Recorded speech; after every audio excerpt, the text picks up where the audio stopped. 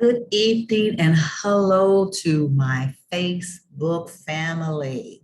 It has been a few months since we have been together doing a Facebook premiere, and I know I had started doing this live, but with this particular presentation, I wanted to go ahead and for pre-record this because I felt like in order for me to let it flow the way I wanted to, I needed to record it versus doing it live. So even with that being said, I am listening in on the pre-recording, and I really do encourage you to put feedback in the box. There should be a box down there that lets you make comments. You can ask questions. And as we are watching this pre-record together, I will answer any questions that you have in regard to the information that's being presented. So I really want to encourage that. I think it makes for great engagement, and it just kind of evolves the entire presentation. So without further ado, what are we talking about tonight? We are talking about overcoming emotional blackmail.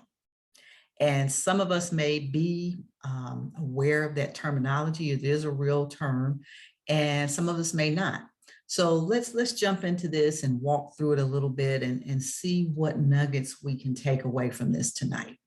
So when we think about emotional blackmail, obviously it's all from the perspective of how we deal with something emotionally, because our emotions drive our behavior.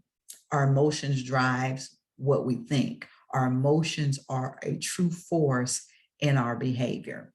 So when we talk about emotional blackmail, there are moments and times when people will say things or use phrases with the intention of getting you to respond or react or concede or behave in a certain way that gives them a favorable outcome for whatever it is that they're wanting from you. That will happen. And one of the things that I want to look at here is just taking a moment. I'm going to give you an unofficial meaning. When I say it's unofficial, it's not the basic meaning that we would get if we actually Googled this, but I wanted to use something that was more in relation to what I'm talking about, but yet has the basic foundation. So emotional blackmail, when your emotions are used against you, think about that. When your emotions are used against you, it's happened. I'm going to take a wild guess that it has happened to everyone at some point in time. Your emotions have been used against you to control a favorable outcome for an individual. I speak to you the way I speak to you because I'm targeting certain emotions that will generate guilt, that will play into your insecurities, that will allow you to respond in a way that will be favorable for me. Ooh, that's some selfish stuff, isn't it? I talk to you a certain way. I say what I say to you, knowing that I am targeting emotions that will create, resonate a sense of guilt, tap into your insecurities so that you will do what I want you to do that will allow me a favorable outcome. Come on now. I know you didn't sign up for this, but we're going to take this journey together tonight.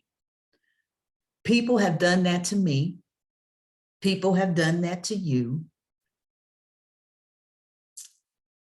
I got to go here. I got to go here. And sometimes we've done that to people. Now, let me give you a disclaimer when I say sometimes we've done that to people. This is emotional blackmail is really not something that is always taken from true intention. In other words, it's not always a conscious thing that we do. Sometimes subconsciously we find ourselves saying something and it is an emotional blackmail. It's for the purpose of me tapping into a guilt, into insecurities so that I can get the outcome.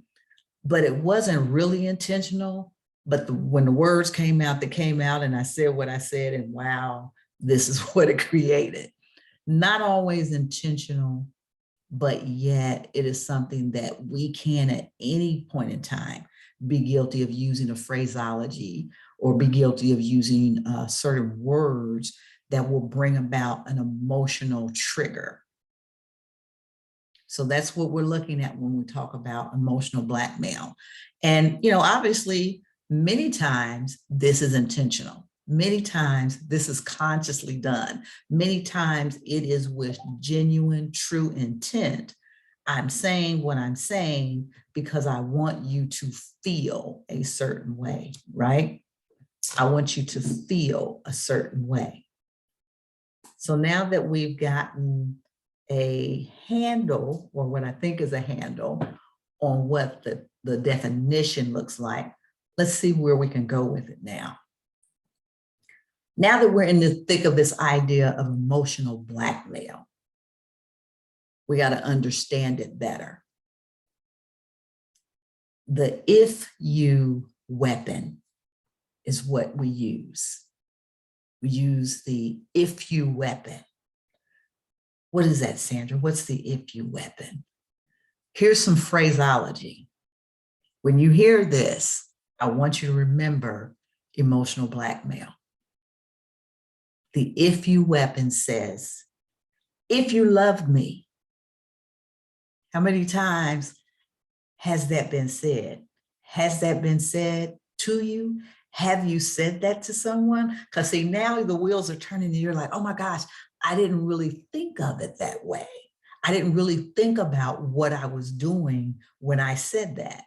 Or I really wasn't thinking what was being done when that person said that to me. Or you may be saying, man, that's on point. When I heard that, I felt guilty. When I heard that, it did play into my insecurities. And the conversation said, if you love me, then you will do, fill in the blanks.